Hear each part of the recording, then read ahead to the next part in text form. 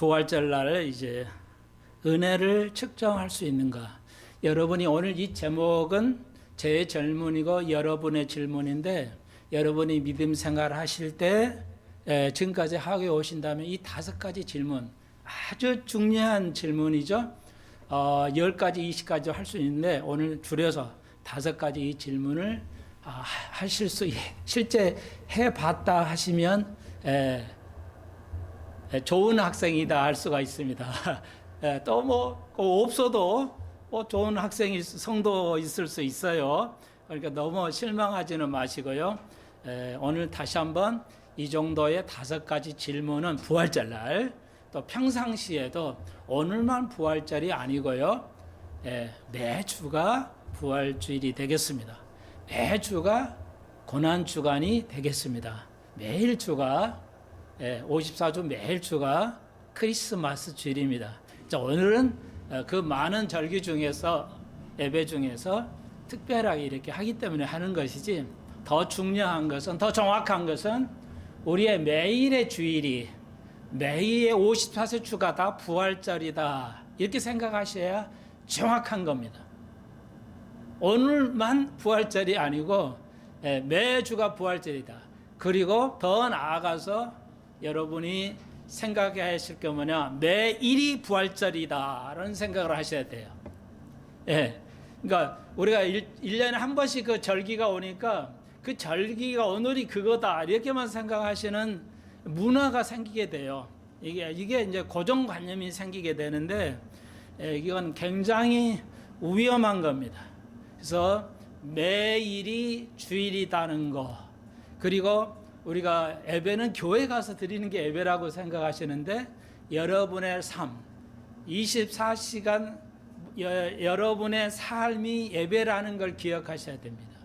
특별하게 이렇게 교회에 와서 찬송 부르고 기도하고 설교를 듣는 것만이 예배가 아니라, 예배의 시초는 그런 거로 되어 있는 게 아니라, 아브라함이 이제 나무를, 하나님과 약속을 하고 나무를 심었잖아요. 네, 그거 자체가 예배입니다. 그래서 하나님께 나무를 심으면서 예배했다는 말은, 최초의 성경의 해석의 가장 중요한 것 중에 하나가 뭐냐면 첫 번 언급의 일괄성입니다. 기억을 하시세요?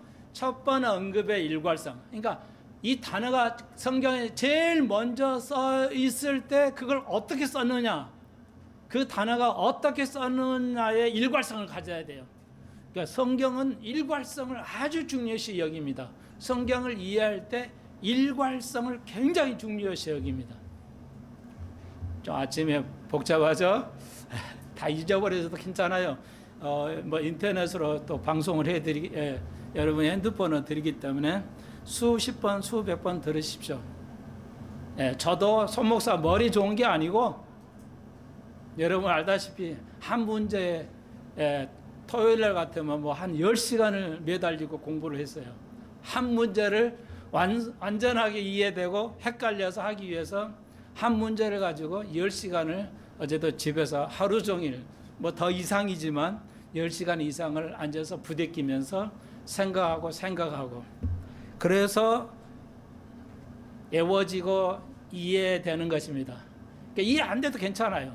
저번 주에 말씀드렸듯이 손 목사의 설교가 100% 이해되면 좋지만 안 돼도 복이다. 하나님의 말씀을 듣는 것 자체가 복이라고 했으니까 우리 권사님 집사님들 너무 그렇게 부담 갖지 않으셔도 된다. 교회에 나와서 하나님의 말씀을 듣는 것 자체가 복이라고 말씀을 드렸으니까. 그렇지만 저희의 소망은 이제 점점점 더 이해가는 걸 희망하죠. 모두가요. 자, 아시겠죠? 자, 그래서 우리의 순간 잠자는 것도, 여러분이 교회 사회생활 6 동안 사회생활 하는 것이 예배라는 거. 왜? 금방 말씀드렸지, 성경에 나타나는 단어의 첫 번째 그 단어가 긍정으로 쓰여 있으면 긍정으로 해석해야 돼요. 성경 전체를 긍정으로 해석해야 돼요. 이거 첫 번 언급의 일괄성이죠.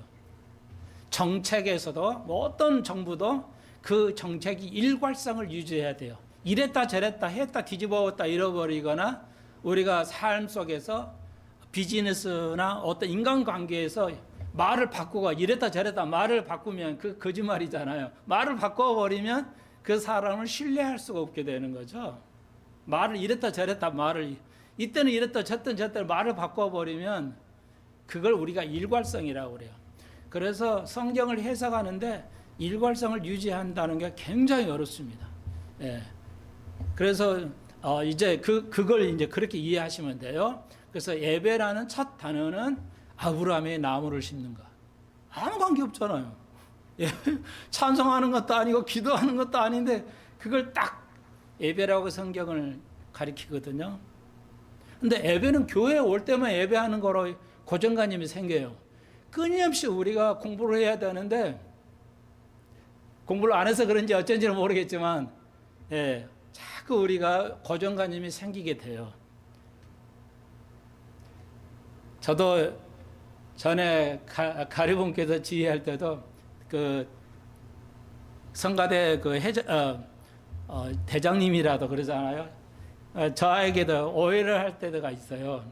제가 뭐 했더니 주일날, 그러니까 주일 제가 일요일날 뭐 이렇게 저쪽 얘기했더니 예배 끝나고는 장로님이 나보고 선집사, 그때는 집사였으니까 선집사, 그거 일요일이라 하면 되냐고.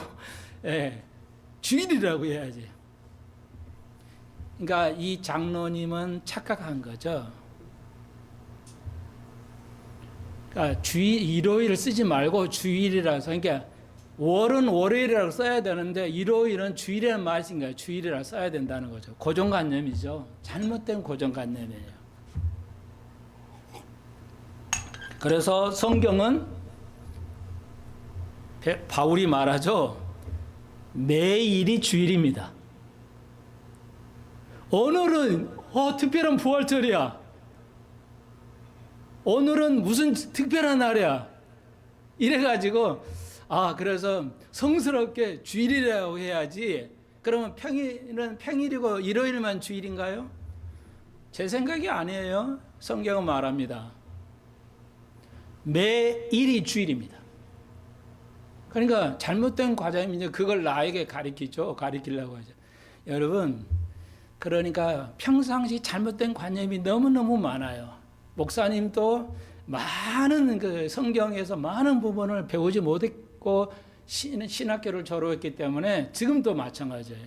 그렇기 때문에 아무리 뛰어난 목사님이라 하더라도 아직 많은 것을 배워야 되고 깨우쳐야 되는데 현실은 그렇지 않습니다. 좀 죄송하지만 제가 이제 그렇게 말씀을 드립니다. 그래서 매일이 삶이 예배고 매일이 순간순간이 주일이고 오늘 특별히 부활절이라고 하지만 매일 순간순간이 부활절이라고 생각하셔야 그게 정확한 것이죠.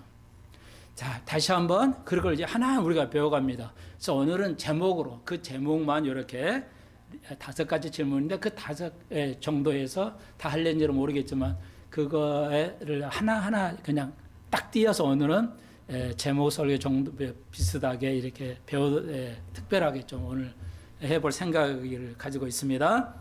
그래서 자, 그걸 잘 머리에 정리하시고 그래야 그 우리의 순간의 삶이 예배의 삶이 되고 또 정확하게 우리가 하나님의 말씀을 이해할 수가 있습니다. 자, 다시 한번 좋은 학생은 뭐냐? 금방 말씀드렸듯이 이 5가지 정도의 질문이 생각나야 돼요. 그러니까 아이들이 학교에서 선생님에게 질문을 하라고 해도 할 수 없는 이유가 뭐냐면 뭘 질문해야 할지를 몰라요. 대학교까지도 어떻게 보면 대학생들까지도 질문하라면 별로 질문 안 해요. 문화가 그렇기도 하지만 별로 질문할 게 없어요. 왜? 아는 게 별로 없기 때문에 그래요. 그리고 이제 좋은 학생은 좋은 성도는 이 정도의 5가지 정도 많은 질문 가운데 이건 내가 언젠가 생각해 목사님한테 물어보려고 했었는데 생각나면서 할 수 있는 질문이었으면 좋겠다. 이거 없어도 괜찮아요. 그렇지만 하나의 5가지 질문을 하나라도 좀 궁금했었는데 여러분이 뭘 궁금한 제가 모르잖아요. 그러니까 말씀해 주세요. 예배 마치고 나면 목사님 이걸 참 잘 모르겠어요. 그러면 설교에 도움을 제가 하든지 이런 걸 잘 모르겠구나. 그래서 성도하고 저 목사는 상당히 그 교제가 중요하다 할 수 있습니다. 그래서 좋은 학생이라면 어떤 이거에 대해서 질문할 수 있어야 된다. 평상시 생각해 보셨는데 답변을 답변은 하나가 아니고 10개도 될 수 있고 수십 개가 될 수도 있으면 정답은 하나가 아닙니다. 그러니까 손 목사의 오늘 설교가 완벽한 명설교다 그런 거 아닙니다. 네. 그래서 요즘은 웃기게 인터넷에서 이렇게 유튜브 보면은 다 각자가 명설교라고 적어놔요.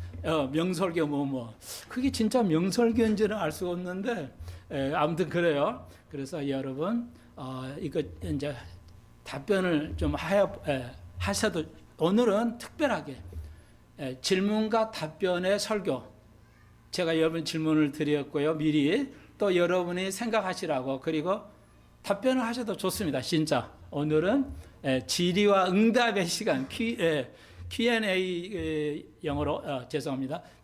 질문과 답변의 형태로 좀 편하게 우리가 부활절날 은혜를 생각해 보시는데 오늘 아주 중요한 질문을 각자에게 던져야 되는데 성경을 배우면서 은혜란 말은 너무 많이 쓰고 여러분이 안다고 하시는데 제가 질문을 드립니다. 오늘 부활절날 그렇다고 한다면 주님께서 여러분 질문하시는 거죠. 은혜를 측정할 수 있는 것인가? 우리가 은혜 받아서 그리고 또 정말 제일 많이 쓰는 단어가 아마 은혜일 거예요. 그런데 그 은혜를 제가 감히 여러분에게 다시 한번 은혜를 측정할 수 있는 것인가? 답은 예스입니다. 예. 자, 이걸 좀 이제 한번 들어가 보겠어요. 예, 이제 다섯 번째, 첫 번째로 했을 거요. 이제 오늘 우리가 부활절날 은혜를 생해. 그래서 금방 말씀 은혜 중에 은혜가 뭐예요? 답변이 든다면 부활입니다. 부활이 없는 기독교는 존재할 수 없죠. 모든 종교에는 부활이 존재하지 않습니다. 그 경전에 모든 종교의 경전에 부활이 없죠. 고난이 있어요. 별거 다 있어요. 세례도 있고 죄 용서한 시춘 다 있어요. 그런데 뭐가 없다? 모든 경전에는 부활이 없다는 거죠. 기독교만이 유일하게 그러면 그게 가능하냐? 오늘 부활의 증거 이런 건 다 여러분이 우리가 믿는 거기 때문에 따로 이렇게 기회가 되면 또 말씀을 드릴 수 있지만 자, 그래서 이거 이제 측정할 수 있나? 답은 예스라고 그랬으니까요. 자, 이건 지우겠어요. 지우고 좀 여러분이 또 가능하다면 또 써드릴게요. 이것부터 하나 시간 되는 만큼 나가보죠. 어떤 이는 그래요. 자, 내가 은혜를 이해하는가? 혹은 얼마큼 내가 은혜를 받고 있는 것인가? 여러분, 하나님의 여러분에게 주시는 오늘 부활절날 하나님 여러분이 주시는 은혜는 측량할 수 없습니다. 너무 많아서 바울이 그랬듯이 하나님이 우리에게 주시는 은혜는 뭐야? 측량할 수 없어요. 왜? 너무 많아서 측량할 수 없습니다. 존재하는데 무궁무진하기 때문에 측량할 수 없다. 이렇게 생각을 하셔야 돼요. 그 다음, 그러면 각자가 여러분이 주셨는데 내 각자가 얼마큼의 은혜를 이해하고 받아들이고 받고 있냐. 그러면 중요한 거 뭐냐. 이 부활절 내가 얼마나 많은 은혜를 받고 사는 것인가. 내가 얼마나 많은 남편의 사랑을 받고 아내의 사랑을 받고 자식들은 부모의 사랑을 받고 사는가. 이런 거예요. 다 그렇게 넓게 하세요. 이거 적용을 하면 너무 시간이 많이 가버리니까 그냥 아주 간단하게 최대한 난 간단하게 하려고 하는데도 이래요. 그래서 그렇게 여러분이 적용을 하시고 그걸 은혜로 생각하세요. 내가 아내와 남편과 부모와 자식 또 다른 성도끼리 지인끼리에 내가 얼마나 많은 은혜를 받고 있는 것인가. 오늘날 노인 이혼, 항원 이혼 그렇다 하잖아요. 불행한 일이죠. 지금은. 그래서 이거예요. 제일 중요한 게 내가 남편과 예를 들어서 아내에게 얼마나 많은 은혜를 받냐. 사랑을 은혜로 바꿀 수도 돼요. 내가 얼마나 많은 은혜를 받고 있는 것인가. 어떤 이는 없다 할 수도 있고 적다 할 수도 있겠죠. 자, 그렇지만 우리의 부모 되신 하나님 예수 그리스도의 은혜는 측량할 수 없다는 거 기억하십시오. 그걸 내가 증명해 드릴 수 있어요. 근데 그건 너무 오늘 길어서 하고 이제 이거 답변을 이거로 하겠어요. 질문하는 거. 그 다음에 이제 우리가 그러면 측량할 수 있냐? 예, 대답을 했죠. 자, 그러면 어떻게 측량할 것이냐? 이거 알아야죠. 무턱대고 많을 거야, 적을 거야. 이러면 곤란하잖아요. 그래서 기독교는 검증하기라는 걸 말해요. 검증하기.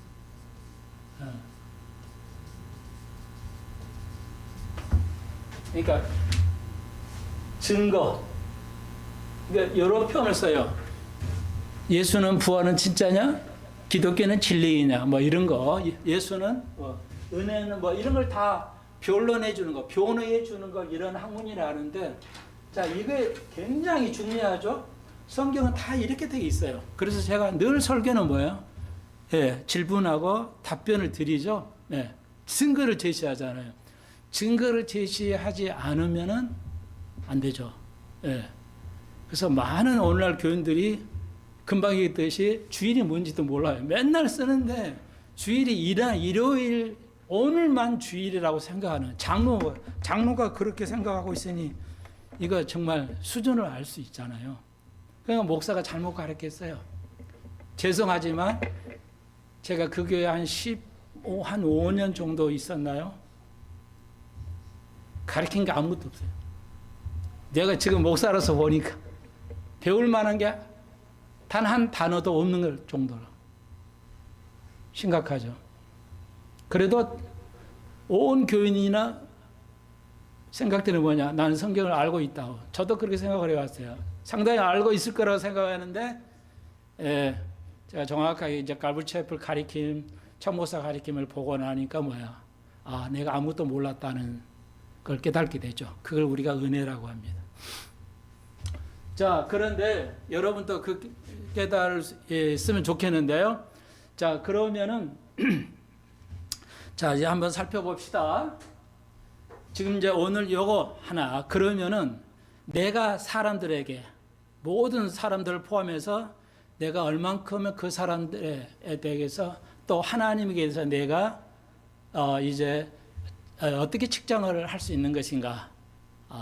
내가 이제 얼마나 은혜를, 성경은 목사님은 쌓을 수 없도록 은혜를 줬다는데 나는 각자를 내가 오늘 이 시간에 측정해 보십시오.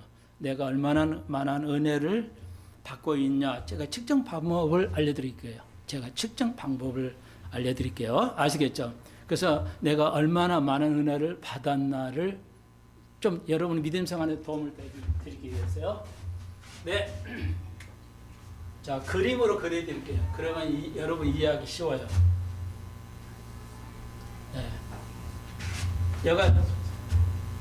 여기 십자가 있잖아요. 십자가로 생각하세요. 실제 십자가예요. 십자가입니다. 십자가예요.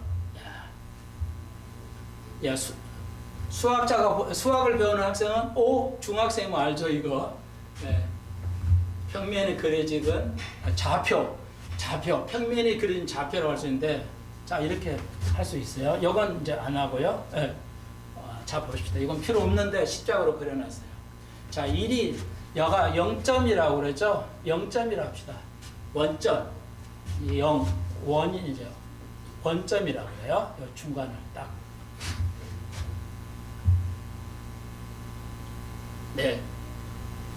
그래서 편의상 우리가 부를 때 이렇게 수평으로 되어 있는 거. 자, 1이 가면, 화살표 있죠? 1이 가요. 1이 가면 뭐가 있냐? 6이라는 게 있어요. 육신일 해도 되고 뭐 육일 해도 돼요. 네. 이해하시겠죠? 육이 계속 가는 거예요. 육적인 거. 네. 육적인 거. 육은 무엇인지 아시죠? 네. 은혜하고 반대되는 거. 네. 은혜에 반대되는 걸 뭐라고 그래요? 육신이라고 그래요. 육이라는 거예요. 화내는 거, 뭐 열심히 안 하는 거, 기도 안 하는 거, 뭐 이거 다 포함해요. 모든 게 일이 갈수록 하니까 여기서는 이거 엄청나게 많이 가는 겁니다. 아시겠죠? 자, 그러면 반대로 이제 일이 가는 거예요. 그러면 여기에는 가면 뭐가 있냐? 여기서는 상급이 있어요. 예. 다시 한번 간단히 이해를 돕기 위해서 우리의 상급이 뭐예요? 부활이에요. 결론만 얘기하면 그러면 일이 갈수록 상급을 받는데 그 상급 중에 하나가 뭐예요? 부활이야. 우리가 부활하는 건 상급입니다. 네. 근데 한국 교회가 제가 이해하는데 대충 잡아서 99%가 상급은 거의 얘기를 안 해요. 예, 이것만 얘기해요. 예수 믿고 구원받아야지 그 얘기만 해요. 예수 믿고 구원받으면 그 다음에 가야 할 게 뭐예요? 상급이거든요. 근데 이건 거의 얘기를 안 해요.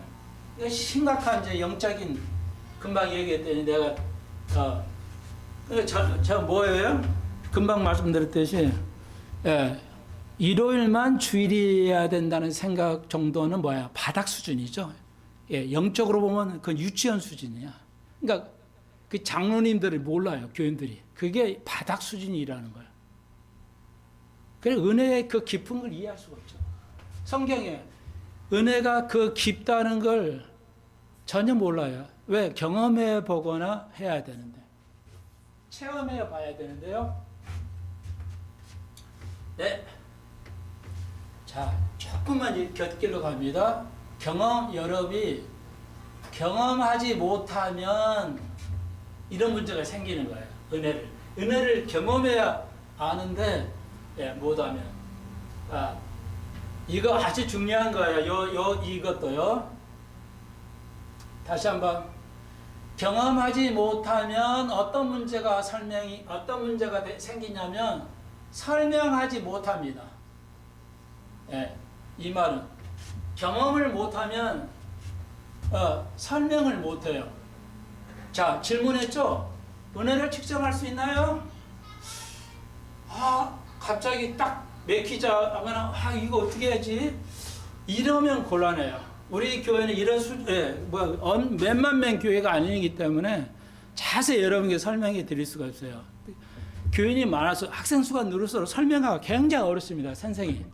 그렇잖아요. 다양한 층이 생기기 때문에 아무리 잘한 설교도 아주 공부 못하는 학생 같으면 그러니까 어렵죠. 가르치기가. 그래서 대형교회 약점이 좋은 것 같죠. 대형교회 약점이 뭐냐? 성경 말씀을 제대로 설교할 수가 없어요. 그리고 막 1부, 2부, 5부 들으니까 설교 시간이 25분에 30분이야. 그러니까 뭐 100년 살아도 아무도 모릅니다. 100년을 교회 다녀도 이거 어떻게 할 거야? 자, 이거 중요한 거예요. 자, 보십시오. 여러분 자녀들이 어떤 문제를 풀어요. 경험을 안 하고 그거에 대한 경험이 없으면 공부를 안 한다는 얘기예요. 쉽게 말해서 아이들이 학교에서나 집에서 공부를 안 해서 그 경험이 없으면 어떤 문제가 되냐 설명할 수 없어요. 그래서 선생은 저는 꼭 물어봐요. 얘야, 이거 왜 이렇게 풀었지? 설명해봐. 근데 아이가 설명하면 전체를 알고 있어요. 여기서 여기까지를 알고 있어서 설명하는 거죠. 그러면 얘가 이걸 경험했구나를 선생이 알 수 있어요.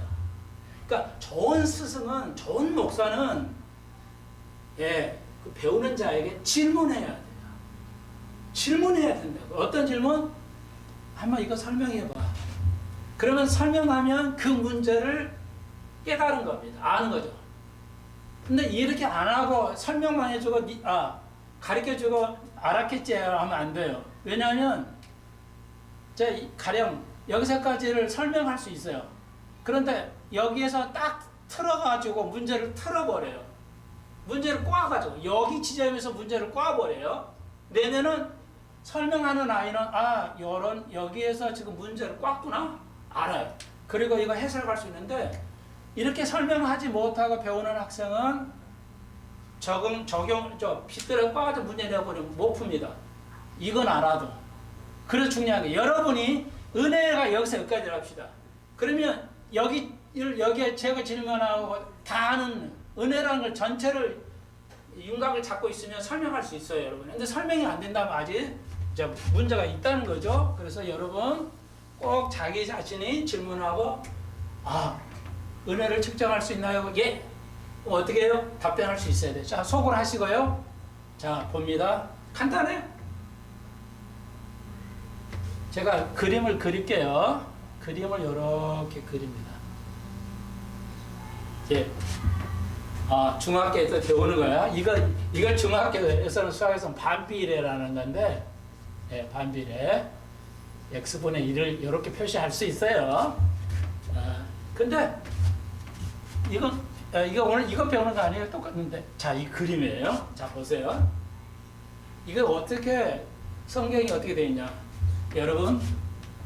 여러분이 말씀으로 의지하지 않고 말씀대로 살아가지 않는 걸 육신이라고 그랬죠. 육이라고 그랬죠. 그 육이 점점점 갈수록 뭐예요? 점점 갈수록 뭐야? 이 상급에는 상급의 수준이 있죠. 여러분이 육신적으로 갈수록 요 짐의 끝이라고 합시다. 그러면 어때요? 여기로 쭉 가는 거죠. 이렇게 0에 도달하는 겁니다. 그러니까 상급하고 육신은 반대예요. 반비례하는 겁니다. 그것만 이해하십시오. 상급과 육신은 반비례하는 거예요. 그래서 여러분이 육신적이면은 상급이 여기 보셔 계속 내려와져. 이렇게 육신이 이렇게 오면 점점 내려가서 여기 보면 여기죠. 네, 육신을 완전히 죽이면 여러분이 육신을 완전히 죽이면 여기 있죠, 선이. 네, 여기 다 합시다. 그냥 아예 닳게 합시다. 이거 이론이. 그러니까 여러분이 육신이 최고적 육신이면 상급은 제로. 네, 육신을 계속 죽여가면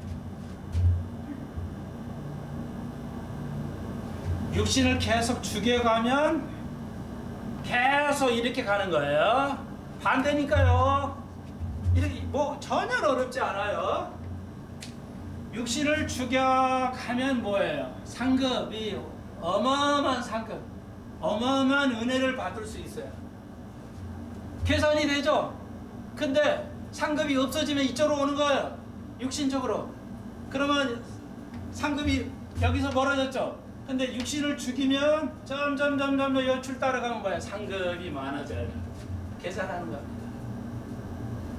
근데 어제보다 작년마다 오늘 올해 1월달부터 2월부터 3월보다 내가 바뀌는 거야. 내 생각이 바뀌고 나의 삶이 바뀐다. 답이에요. 은혜를 측정할 수 있는데 그 뭐로요? 나의 변화요. 나의 변화. 내가 변화되고 있어. 옛날에는 상대방이 나쁜 것 같고 내가 잘한 것 같은데 어느 날 보니까 뭐야? 내가 잘못하고 상대방이 잘한 거야. 쉽게 말하면 내가 저도 변화되고 있는 걸 느끼는데요. 내가 변화되고 있는 것이 은혜를 받는 겁니다. 이해하시겠죠? 예를 들면 이거예요. 하나님은 우리의 중심을 보신다고 그랬죠? 이건 너무너무 우리 삶에서 은혜의 삶 속에서 마음을 보시는 거죠? 마음을 보시고 하나님은 하나님은 우리의 마음을 보시는데요. 우리는 우리 인간은 사람이 뭘 봐요? 항상 대비적으로 공부를 해야 돼요. 하나님은 사람의 중심을 마음을 보셔요. 근데 인간은 사람이 뭘 봐요? 중심을 안 보죠. 뭘 봐요? 네? 본 모습 좋아요. 모습, 행동을 보죠. 이것도 너무너무 중요한 겁니다. 이거예요. 우리의 삶 속에서 은혜를 측량할 수 있는데, 내가 그 변화의 측량이 올해는 몇 개, 작년은 몇 개 있고 올해는 몇 개를 세보세요. 내가 변했다는 거, 내 생각이 변했다는 거, 하나님을 아는 정도가 알고 변했다는 거. 자, 그래 보세요. 하나님은 우리의 중심을 아는 거 맞아. 우리의 마음을 아셔요. 하나님 내 마음을 아시죠? 내가 어떤 상태에 있고 내가 얼마나 힘든가 아시죠?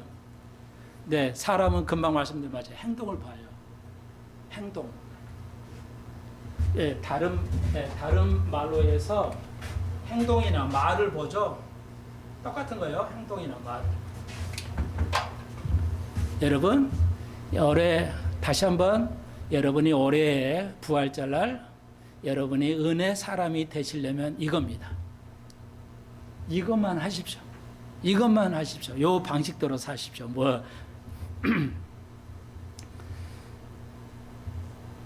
이거예요. 다른 말로 말하면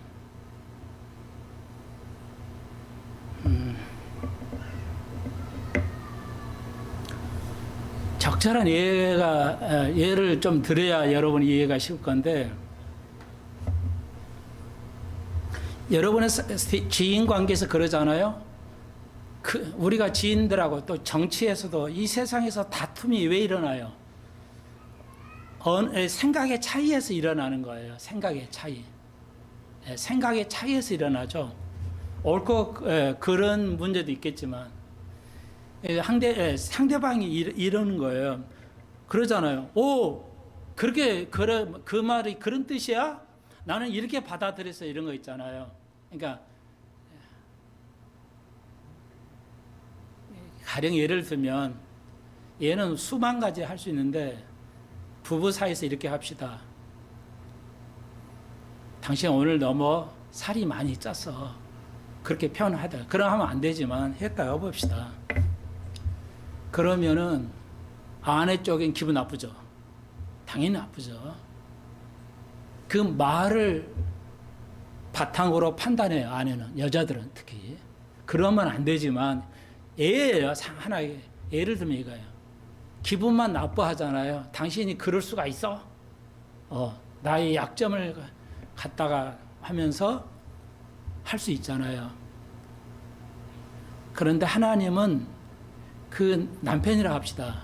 남편이 그렇게 아내에게 말하는 것을, 그 행동이나 말을 보지 않습니다. 뭐를 봐요? 마음, 의도야. 의도라고.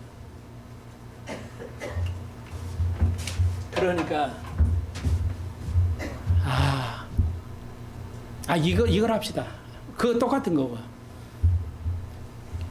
주일날 교회를 안 와. 가령 예를 들면 주일날 꼭 빠져. 중요한 날. 그러면 우리가 생각할 때는 뭐야? 믿음이 없구만.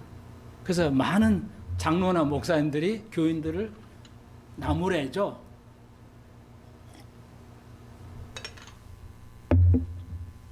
과연 장로가 주일날 빠지면 되겠어? 하든지 이럴 거 아니에요.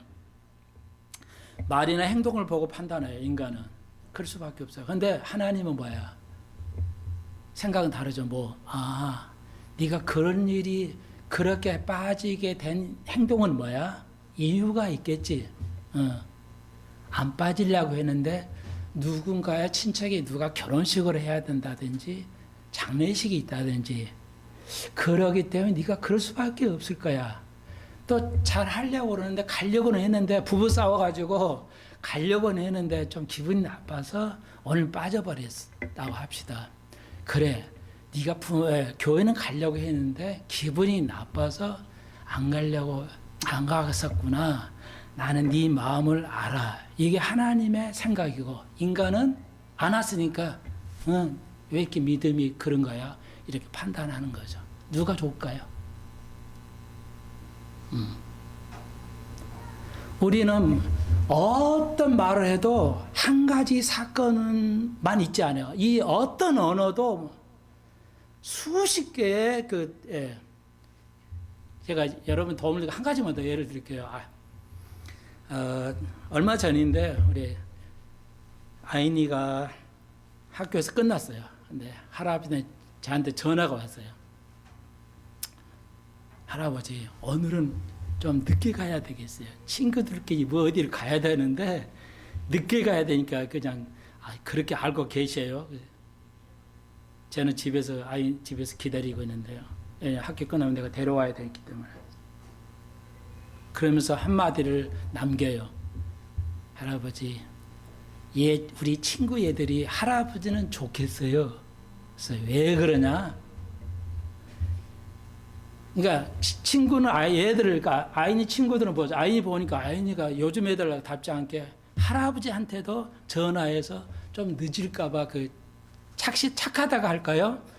지들 눈에는 보니까 이 아이니가 참 착하구나. 할아버지한테까지도 전화해서 좀 늦겠다. 뭐 이렇게 전화할 정도면 그래서 할아버지는 참 좋으시겠어요. 아이니가 그 친구 얘 말을 나한테 하더라고. 알았어. 하나님은 그 사건을 보시고 의도를 보시죠. 근데 그 아이들의 약점이 뭐예요? 할아버지를 모르잖아요. 근데 이 아이니가 그 정도로 행동할 수 있는 것은 뭐예요? 배경은 뭐예요?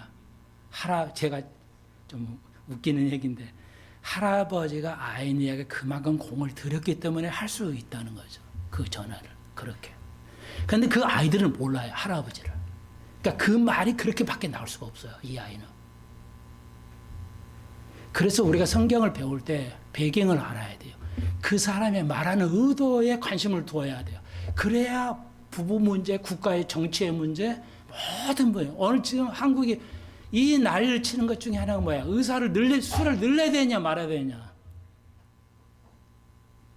그러니까 늘려야 반대한다고 찬성한다가 아니라 그 의도를 봐야 된다는 거죠.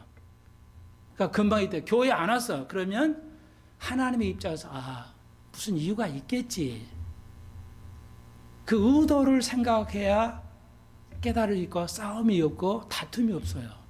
이 세상에는. 근데 우리는 결과만 놓고 행동을 보고 이러니까 이러지 뭐 당연한 거 아니야. 근데 그 행동이 그 한 가지로만 이루어지는 사건은 이 세상에 존재하지 않습니다. 다시 한번 어떤 말을 목사가 설교가 나가는 거라도 다 똑같아요. 여러분 부부끼리 대화하는 어떤 것도 금방 얘기했지만 남편이 당신 너무 살쪄서 기분 나쁘지만 그 말의 의도는 뭐야?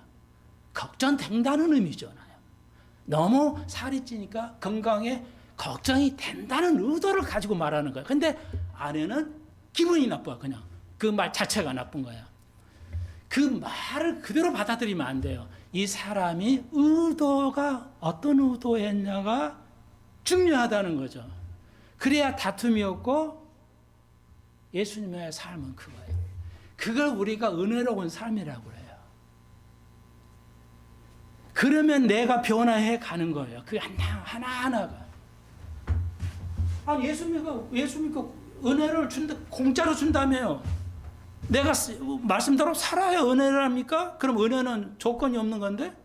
은혜는 무조건적인데 내가 꼭 말씀대로 살아야만 은혜가 더 오는 겁니까? No. 그러면 아니잖아요. 조건이 없이 우리가 은혜를 주셔요. 조건이 준다고.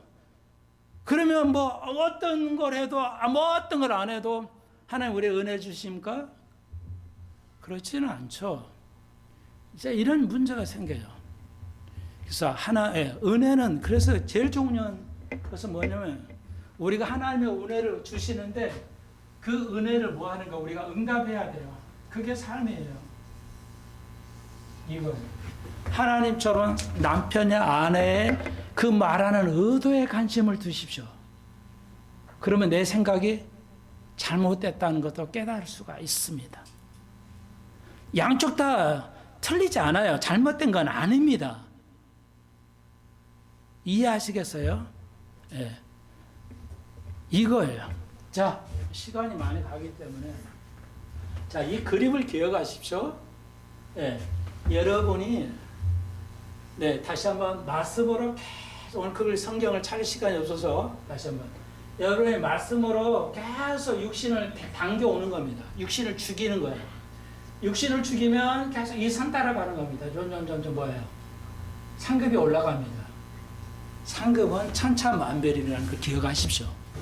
하늘나라에 가면 상급이 천차만별이라는 걸 기억하십시오. 네. 이해하시겠죠? 자, 그래서 육신이 여기 오면 제로 상태, 육신을 완전히 죽이면 여러분 상급은 최상급이야. 예. 반비례니까요. 예. 그런데 상급을 줄이면 0으로 만들면 상급이 없도록 삶을 살면 여러분의 육신이 최고조에 달하는 거예요.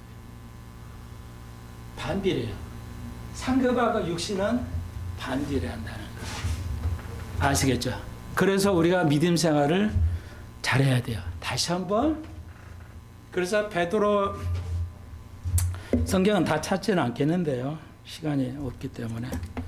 베드로후서 3장 마지막 절 보시면 오직 우리 주 곧 구주 예수 그리스도의 은혜와 예수 그리스도의 은혜와 저를 아는 지식에서 자라가라. 봉사를 열심히 해라. 기도 많이 해라. 그런 말 아니에요. 베드로가 뭐예요?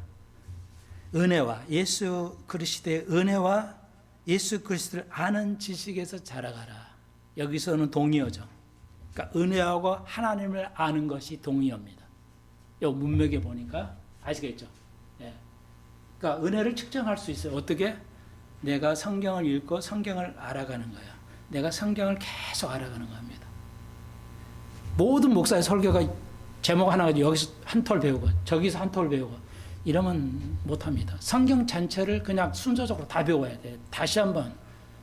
그러니까 이 제 설교를 들어 다른 교인들이 많이 듣는데 얘기 그렇게 나오는 것 같아요. 목사 설교 어렵다고. 죄송해요. 죄송한데 어렵다는 건 재미없다는 뜻이에요. 왜요? 이해가 안 되니까. 그렇게 믿음상은 수십 년 해서도 손목사 설교가 이해가 안 된다. 이건 심각한 영적 부재 상태에 있다는 거 기억하셔야 됩니다. 다시 한번 베드로후서 마지막 장에서 하나님을 아시게 자라가라. 은혜와 저를 아는 지식에 자라가라. 여러분 성경을 계속 읽으셔야 돼요. 하나만 더 오늘 나머지는 다음 시간에 이번 다음 시간에도 하죠. 이양 얘기가 나왔으니까요. 하도록 하고요. 네. 한 가지만 더 배우고 좀 오늘 성만찬도 있기 때문에 믿음장 히브리서 11장을 보십시오. 이거 하나만 더 하겠습니다.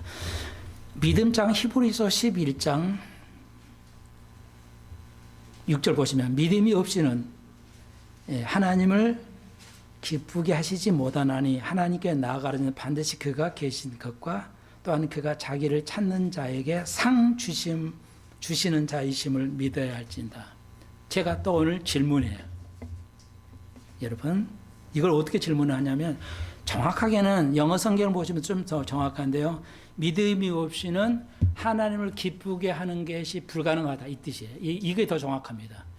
하나님을 기쁘게 못한다 이러는데 그게 아니고요. 믿음이 없이는 하나님을 기쁘게 하는 것이 불가능하다는 게 성경이에요. 더 정확합니다. 불가능해. 하나님을 기쁘게. 왜 그럴까요? 이거야. 왜 그러죠? 여기 답변할 수 있어야 돼. 성경을 공부하는데 한 절 한 절 왜 이러죠? 그러면 여러분이 답변할 수 있어야 됩니다. 우리가. 아까 얘기했잖아요. 선생님 질문하면 설명해 보세요. 이 한 절 그러면 여러분이 설명해야 돼요. 왜 믿음이 없이는 불가능하죠? 하나님 기쁘게 하는 게?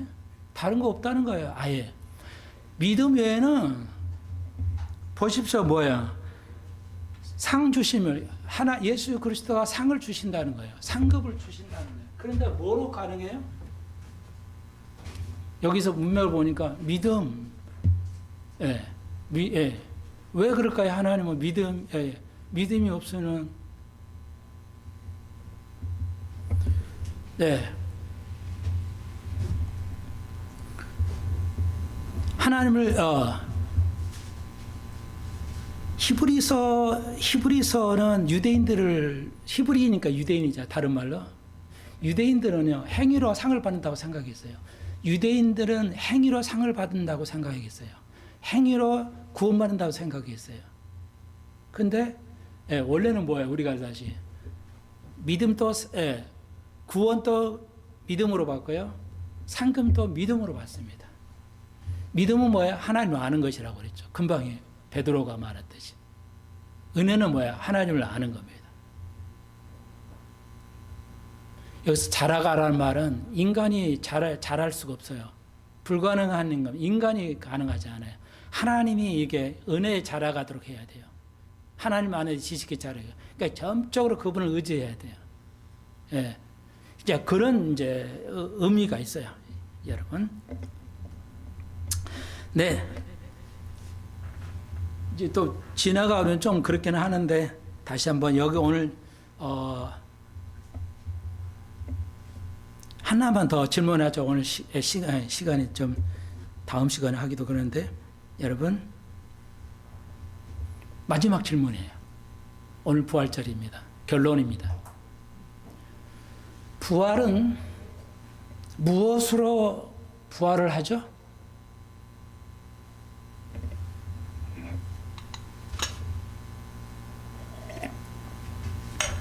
부활은 무엇으로 성취합니까? 무엇이 부활을 있게 하는 거죠? 정답이에요. 십자가예요.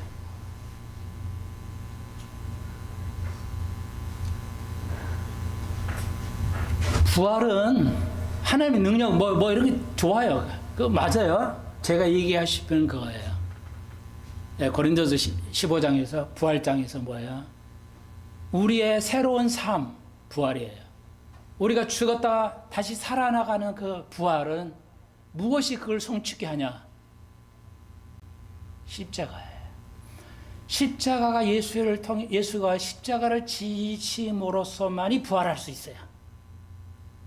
여러분의 삶이 은혜로운 삶은 십자가를 지는 것으로만이 가능해요. 그래서 다음 시간에 제가 십자가의 길, 네가 나를 따르려면 십자가를 지라고 그랬죠.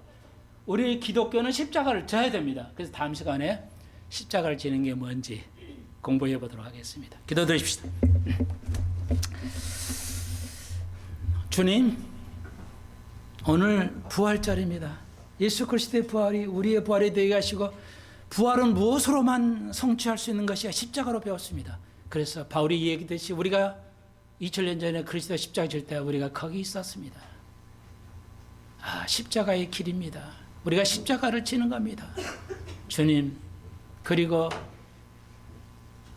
우리가 멸류관의 상급으로 승리할 것입니다. 그런 복된 상급을 받는 수평선 가족들, 하나님의 은혜 가운데서 자라나게 하시고 하나님을 아는 지식이 자라날 수 있도록 은총을 더하여 주옵소서. 예수님 이름으로 기도합니다. 아멘.